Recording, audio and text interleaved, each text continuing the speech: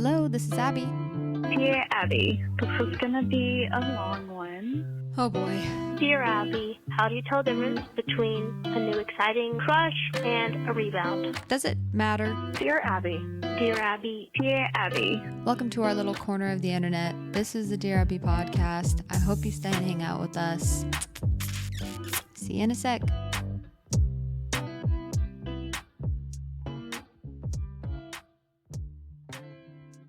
Hey, yo, you know what it is. Welcome back, everybody, every lovely person listening to this episode. I have a pep in my step today. So first off, just want to say welcome back to Dear Abby.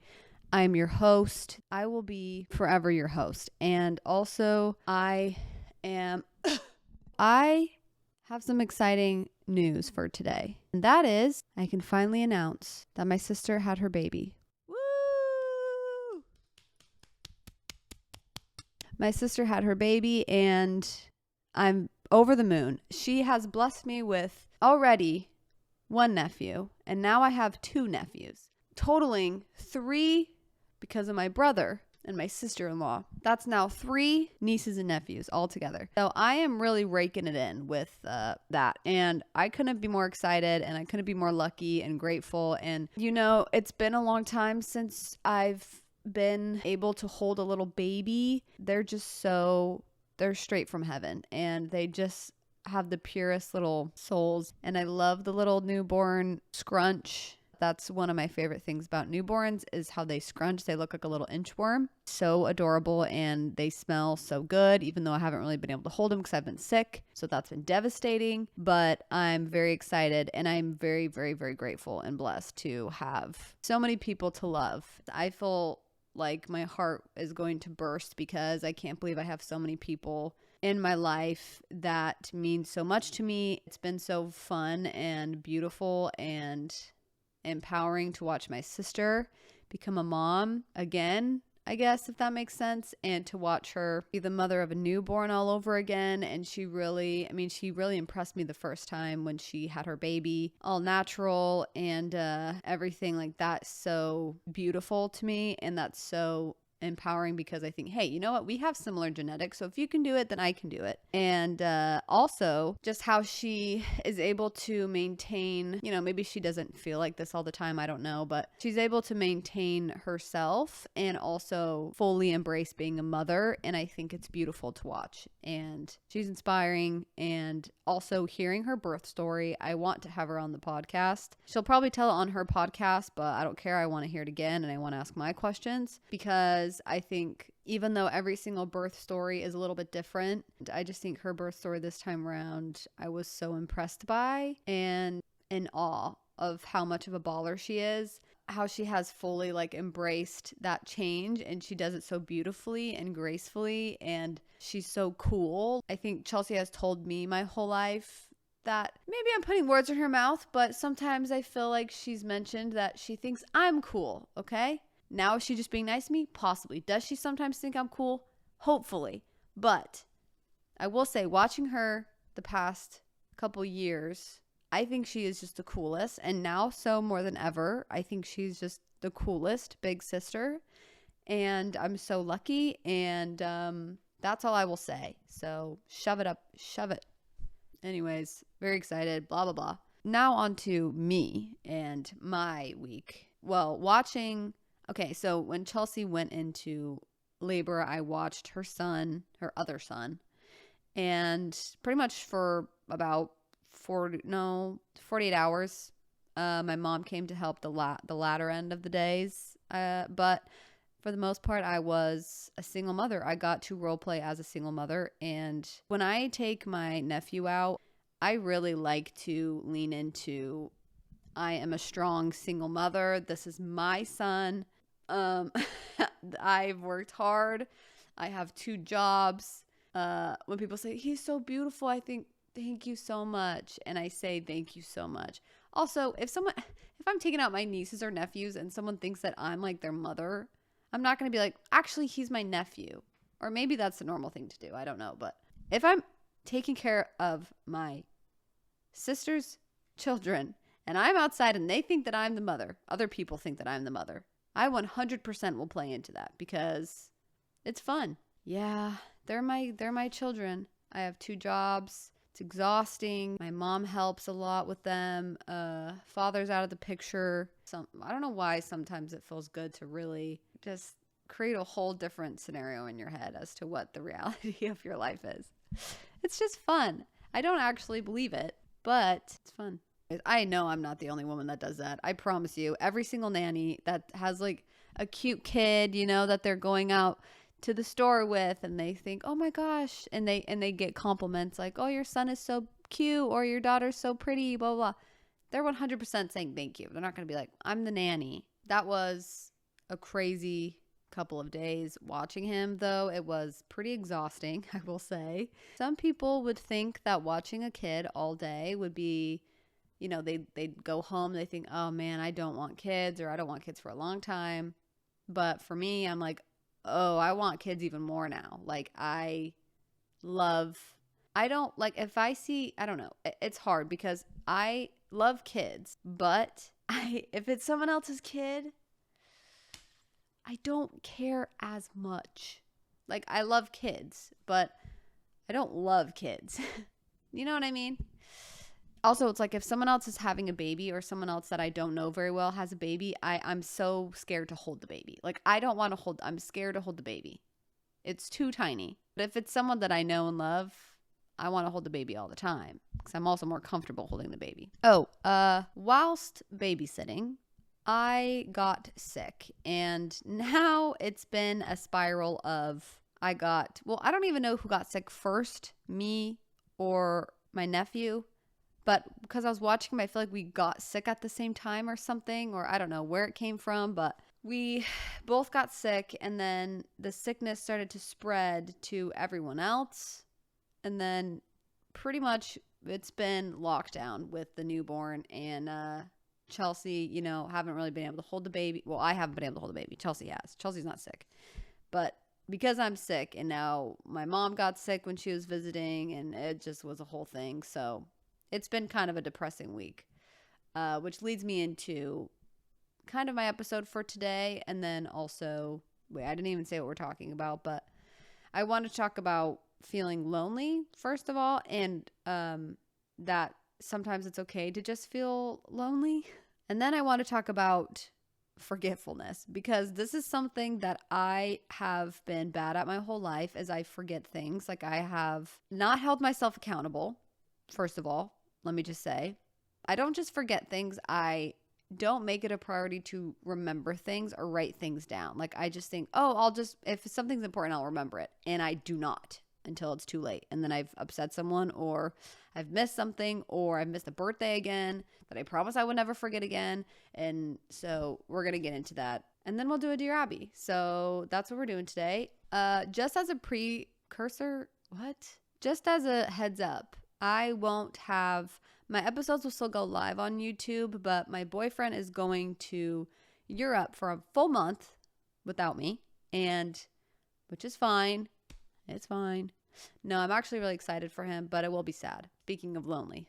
Yeah, he'll be gone for a month, and I use his camera because his camera's pretty nice. Yeah, I wasn't able to batch episodes. I'll still have them on YouTube, and my episodes will still come out, but they're not going to be on video. So they'll be on YouTube. They'll probably just be like a little picture, or I don't know, something that will be posted on there, but just a heads up. So I'm not doing videos from now on. It's just for the next 3 weeks, I think 3 to 4 weeks. So that was an L, was getting sick and all of that fiasco. But the dub was obviously that I got a nephew, and now I have more babies to love. So very excited about that. I struggle a lot with feeling lonely and feeling not necessarily just lonely, but it's being really uncomfortable being alone sometimes and not finding a lot of peace in my loneliness, and then feeling guilty because I see all of these things about how you should, you know, be super grateful when you're alone, and like that time is so precious, and spend it on hobbies, and you know, you get all of this great advice, which is great advice. But sometimes when maybe this came up recently when I was sick, So I couldn't really see anyone. My family was in town. I couldn't go see them. Couldn't hang out with my mom. Couldn't hold the baby. Couldn't go see Chelsea. Couldn't, I don't know, I guess be there for her as much as I would want to. And my boyfriend didn't want to get sick, so I was pretty much just go to work for some of the days. The first day I didn't go back to work because I was deathly ill. Yeah, I went to work and then I'd come home and I would just be all alone all night and all alone all morning, go to work and then come home. And I don't have like a lot of really close friends yet at work. Like I have a couple people I say hi to and like, I'm comfortable with now, but not to the point where I feel not lonely at work, if that makes sense. Because I think for my personality, it's really hard to change to like feel instantly connected to people. I just felt really lonely because I couldn't really see anyone and it was for a couple of days. I think it was heightened because my family was in town and I couldn't go see them. And when I did, like it was basically like across the room for like a couple minutes and then like I had to go back home. Loneliness has been something that I've never really realized that I experienced until recently. And this like familiar feeling of feeling really lonely and I think just like misunderstood. Just like what if nobody ever gets me? I think OCD has stolen a lot of my love for being introverted or alone. Like I normally love being alone, but sometimes I'm starting to wonder if I just tell myself that I love to be alone just because I feel really scared of disappointment from other people. Either way, like as in I'm going to disappoint them or they're going to disappoint me, and so I just prefer to be by myself, which is ironic because I think I'm probably more mean to myself than anybody else has ever been in my life. I've just felt really lonely. I don't know. And that's not like a reflection of my current relationship or anything like that. I think because I was sick and I couldn't really see anyone, I felt extra lonely. And it just got me thinking, like, I think it's just inevitable sometimes to feel lonely, and that's okay. I think we try so hard not to ever feel sad or not to ever feel disappointed or not ever feel uncomfortable or these negative feelings. If you're feeling lonely, you should just be more grateful that you're alone or something. And I think that's great for when you don't want to like wallow in it, but it's okay to just recognize that life is better spent with people. I don't want to be alone forever, and I don't want to that's not becoming like a OCD fear of like, what if I'm alone forever? That's obviously kind of scary, but I don't think just my realization of, oh, like I want to put an effort with the relationships in my life, and that's really what it's all about for me. It's not good for me to be alone that much. I really do think we need each other, and that's been proven time and time again. Anyway, so I guess if you've been feeling lonely because maybe you're not in a relationship, or you maybe don't feel as close to your family, or you don't live near people, I just want to validate it's okay if you want to be near people, and especially people you love. That's not a bad thing, and you're not weak for that. I think you're very strong for recognizing when you feel the most joy. But in the meantime, like when I was feeling sick, I didn't really cope well with it, like with the loneliness. I just kind of wallowed in it probably for too long. And then I got really scared, and then it just kind of spiraled a little bit from there of just feeling totally alone, even though I have plenty of people around me that if I really needed something, they would be there. But yeah, it's okay to miss people. It's okay to feel sad that you're not close to your family, or that if you sometimes just really long to be in a relationship, that's totally fine. I think that's healthy. We really want close, intimate relationships. The only warning there is just if it's like out of desperation because you don't want to be alone or you can't stand being alone. I think it's more so I'm pretty happy with my life. I have a good job. I love my apartment. I love all this stuff. But I was like, if I didn't have my boyfriend or if I didn't have my family, I would be so sad. Like, I just don't want to live a life that's all by myself. And maybe some people want to each their own. I do not want that life. And it's okay if you don't want that life either. I'm sure sometimes if you're single and you've been looking for a relationship or whatever, or if you're even married but you live far away from your family, It's okay that you miss them. You're not weak. You're not just trying to be negative. Like you just miss your family. You miss the people that you love. It's that simple. And if you're not in a relationship and you have been kind of looking or you want to be, it can be really hard and that can be really discouraging. And it's a really beautiful thing to want. Oh, like I was saying, the only warning there, I think, is if you really crave the connection, if you want deep, meaningful relationships, but you don't want to be vulnerable, you don't want to be honest, you don't want people to see your flaws, that's also not going to work. So yeah, sometimes loneliness just comes in waves randomly. And I think that's okay. I think that's just part of life. I really let myself feel it, maybe a little bit too long. Sometimes it just feels good to cry, cry it out, get mad, go to a boxing class, punch stuff, whatever. If it feels unfair, you don't have to be. I want this, and I will always want this to be a safe place to where no one feels like they have to pretend to be something that they're not. I really believe like that's not good for you. And I think striving for something better is great, but I think if that comes at the cost of being mean to yourself or what is it called? Suppressing feelings, I think that's incredibly unhelpful.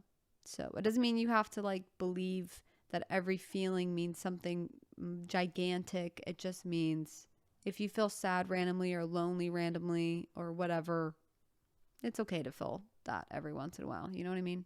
Doesn't mean no one's ever loved you or nobody knows you, no one understands you. It just means for right now, you just feel a little bit lonely. Okay, so that's all I'm going to talk about for that segment, if you will. Switching gears, I have always been a very forgetful person. I, again, to clarify, did not choose to prioritize writing things down, making lists, not being forgetful. I just was like, oh, I just am so bad at birthdays. Like, I just forget.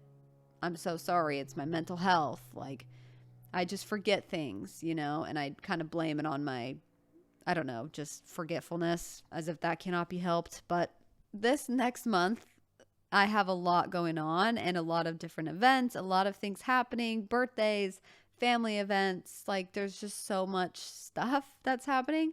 And I've always been someone that I want to express.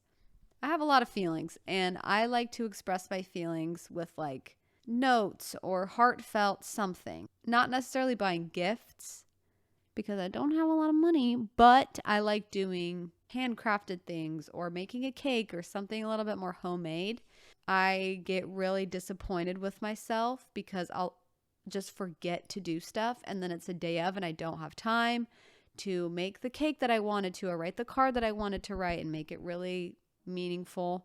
Then I feel like even though it might not directly disappoint people in my life because they didn't know what intent I had before that I forgot, but I feel like I've definitely disappointed friends and family with forgetting things. Definitely my boyfriend. Like, I used to just forget everything. I'd be late and he had to be like, just so you know, it's very hurtful when you're late or when you forget this or when I ask you to do this and you don't do that. Like, I don't feel loved. I don't feel seen. That was an awakening point where I had to really self-reflect and realize that he was so right.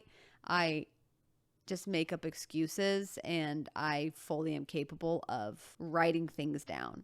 So that's what I want to talk about in case you are a fellow forgetful person and you maybe blame it on something. I just want to be real with you. You can do better, okay? We both can do better. I just don't want to disappoint myself and not be able to do the things that I want to do for other people because I don't write things down and I don't remind myself. Just because you have to write something down does not mean that you don't love them because you don't just remember. I think the act of writing something down, if you are a forgetful I think the act of writing something down and making 20 different alarms or notifications the day of, the day before, the week before, 2 days after, just in case, I think that is the act of love if you forget things and you don't just have like a good memory with birthdays, events, everything like that.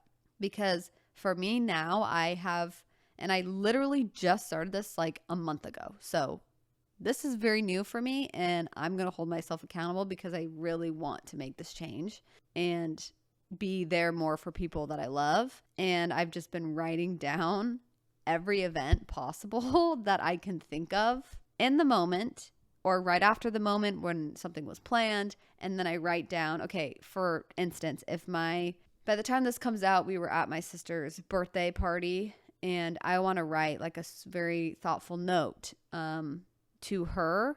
And so I had a note made a couple days ago to write a note, and then I have another note for the day before her birthday, just reminding me of that, and then getting anything else I need for her birthday. And then on her birthday, I also have a reminder. So I have 3 consecutive reminders spaced out perfectly for me to remember to do the things that I need to do. There's nothing wrong with that, I've learned. I actually won't remember things unless I write them down and I get notifications, because I don't know, it's just my brain is like going 100 miles per hour. I just am not good at, I don't know what it is. I don't know how you could possibly get better at that other than writing things down. There is no solution to memory loss. You know what I mean? How do you help that? You can't. You just have to write things down. Yeah, I just think back to so many times where I would forget my friends' birthdays. I am the worst. I have been the worst friend when it comes to birthdays, events, stuff like that. Like, I just always forget. And then I feel so guilty and I feel so bad and so stupid for forgetting again, year after year, and needing someone to text me and remind me, or like the day of or that night or something, or I see a post and then I remember, and then I'm like, oh, I should have sent something, because I really do want to I don't know, support the people that I love more and make them know that I love them, because you just never know. You never know. Once you go through some pretty bad mental stuff and you realize how low someone can be feeling about themselves, that nobody, like, when I'm fully convinced that nobody cares about me and someone writes me something or texts me something, it can help me so much just snap back into reality. And you want to do that for other people, because you just never know. And even if they seem like they're doing okay, not that you should assume that everyone's doing horrible, but you should assume that everyone's human, so they have up and down days. Yeah, I just don't want to do that anymore. It feels terrible. I've also just been planning more, like more to-do lists. Some people like to-do lists, some people don't. I never thought I really did until recently, and then I love to-do lists. I don't always follow them. Like, sometimes I'll make plans, like, oh, this day I'll do this, this, this, and this, and this. If I make it too detailed, I won't probably stick with it. I don't know. Maybe that's bad. Maybe I should just be sticking with it. But if I do, like, I want to just get A, B, C, and D done today, whatever times, however, and then I do it. I feel like that's probably what works best for me for now. Could change. It's crazy when you start to realize how much you can change about your behavior and your life and your perception of things, and what you can do to change things about yourself or just about your patterns that you don't love. That produces a whole lot of shame sometimes, because you know better and you don't do better. And that's just a circle of life, but it is possible to just slowly make those changes, and slowly your shame starts to go away little by little. I've been making all the plans. I have so many notifications, not notifications, just like little reminders that pop up. It's really incredible how many reminders I need to like actually remember something, but that's okay. That's where we're at. Okay. So we have a Dear Abby. Let me pull it up because it was just an Instagram DM. Okay, so I'm reading a DM that was sent to me, and it's kind of like a longer message, but I think it's something that maybe more people resonate with than, we would think, or I would think, or you would think. So I'm just going to read it. And also, obviously it's anonymous, but I did technically get permission to talk about this. I did say that I would be talking about it. So just FYI. If you DM me, I'm not going to call you out or anything on the podcast. But sometimes you guys do send me Dear Abby questions, or you guys will just ask me a question, and I'm assuming I can use it on the podcast, but I also just send a message just in case. I'm going through the hardest heartbreak of my life. I was looking at engagement rings and wedding venues with this man, and he ended it last week because my anxiety is too much for him to handle. He's also a Christian and even looking into going into ministry full time as a career. I'm in a dark place and feel like everything has been pulled out from under me. There are so many more details, but that's the gist. I guess I'm asking if you have any resources you recommend that could help me in this time, or advice. I feel so stuck and lost. And then she apologizes for the long message, but she shouldn't apologize for the long message. I think the more information sometimes with these advice things are more helpful for me because I'm able to, I just have more information to go off of, and it's never a burden. So first of all, again, I just want to say thank you for trusting me and messaging me and telling me a little bit about your story and what's going on right now. First off, so not fair, and sucks. That's sucky.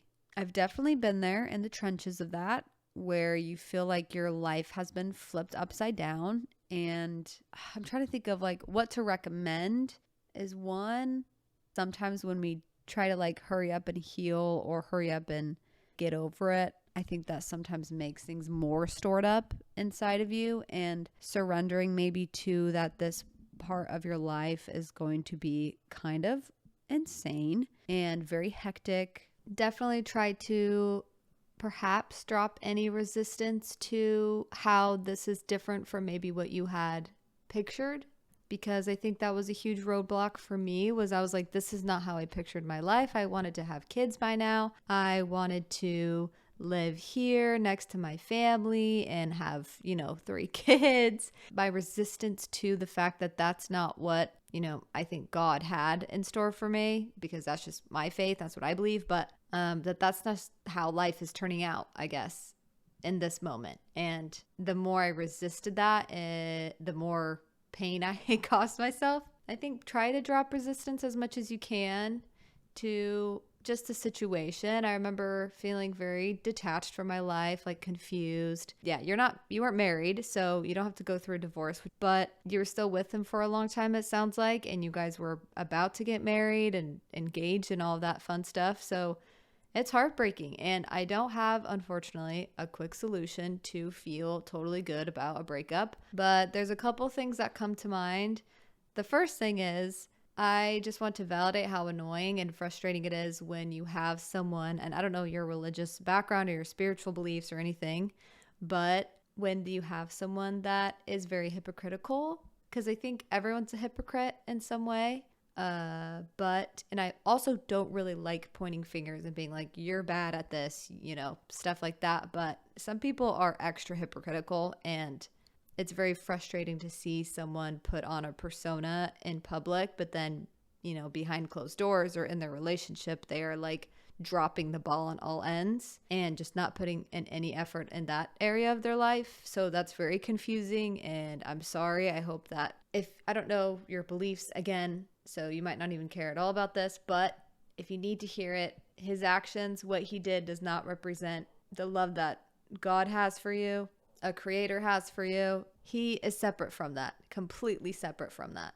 Just hopefully that's helpful, but if not, that's totally fine. Second, just kind of still is on the spiritual path, but I don't want to like force my beliefs on anyone at all. I would feel a little bit weird and like I'm lying if I didn't say that my prayer life, I don't know, I prayed so much during that time, during my breakup, during my divorce, and that was incredibly helpful because I did feel comforted. And that also could look like meditation, or doesn't have to be that type of a prayer. And I don't pray, I don't know, like prayers, I guess. I just say whatever's on my mind, on my heart, hoping that God's listening. And I tried to like figure out, maybe he's telling me something, probably not. But anyways, it was very comforting, and it was very helpful to talk through my emotions kind of out loud to myself sometimes. So that was very helpful. But if it's not prayer, it's just meditation and being very, very present with yourself and fully feeling everything, because I can intellectualize, or we can intellectualize like our emotions and all that stuff, but it will never substitute actually feeling them and being in your body and in your experience. So try not to escape that way by like intellectualizing everything and ruminating and trying to figure out where everything went wrong, because you won't ever know. And you don't know what was going on in his head. You don't know why it had to end. You don't know why he didn't want to get there with you. As painful as it is, you'll just never know. And you and that sucks. I feel so like unempathetic to be, I don't know, talking like this, but that is just the reality. Third thing is, do not care about getting revenge on this guy. Just let that go. The sweetest revenge is no revenge at all, because the second you start wanting to take revenge or I think go to the gym is very, very helpful, especially for trying to heal things within your body. And I had so many awesome experiences in the gym of crying because I felt overwhelmed by emotions, because I felt like things were coming to the surface. I felt connected to my body and all that good stuff. So that is also, side note, a great thing to do. But if you're wanting to go to the gym to get like a big dumpy, and then you can make him jealous if he sees you, or maybe you post things online to act like you're totally okay when you're not, so that he doesn't think that he has any power over you. But that exact action of caring if what he thinks is giving him power still. So the best advice I could give you is just, it's done. Don't try to get revenge. Don't try to think about what he's thinking about. This is all about you. It's your time to be present with yourself, to have fun, to enjoy things that you like to do, even if it might hurt your heart still. It might feel a little bit bleh for a while. I still think you should just go after what you value, what your passions are. Do things that you love, that you've always loved to do. Unfortunately, I don't know if there was cheating or like infidelity or whatever, but if there was, it's a little bit inevitable to have trust issues. And issues I don't love, because it's not like your issue. It's just people sometimes aren't trustworthy. So it's okay to have your guard up sometimes until it's ready to come down, until someone proves that they're trustworthy. Now you're just going to have an extra crazy radar on that stuff. And it can be a little bit irrational sometimes. So just a heads up on that. It is sometimes helpful to go to therapy. That's another tool. If that's like becoming something that's impeding your everyday life with all your relationships. But yeah, it's done. He's stupid. He messed that one up, and I don't know if he'll ever regret it, because some people are just, they don't get it and they don't want to get it. They could if they wanted, but I don't think they want to. And it sucks. But you can always use, this sounds so cliche, but I feel like in the hardest times is where it really started to show my character and show what the grit that I have, I think, deep down inside, that's given to all of us to get through these things and to come out better than ever. Yeah, that's my advice. And also, this is a side note, don't be bitter, because it's really hard to just be super forgiving and be super you know? When this happens, it's very easy to be really bitter and ticked off at everyone, and everyone sucks. And it's okay to have those like thoughts and feelings, but I think just from personal experience, my life has been a lot better when I'm able to forgive and just let him go, let that relationship go. It was what it was. It doesn't have to control me moving forward. Not every guy is like that. Not everyone is like that. That it was a one-time thing, and it just sucks that it's, you know, skewed your experience a little bit, but it's not helpless. So yeah, hopefully that's helpful. That's going to be it for today's episode. Thank you for listening. If you want to support the podcast, you can find me on Apple Podcast, Spotify, YouTube. Like, subscribe, rate the show. It's very, very helpful. I want to get out of corporate America, you guys. So if you could rate the show, that'd be awesome. I'm kidding, but not really. Thank you for all the support on the podcast. I do really appreciate it, and I love you guys. Bye. Have a good weekend. 우회전 taking a ride to Jonah Lake 눈치 보면서 들어가 할 때 찾아 나머진 바빠 개설레임 바꾸는 사람들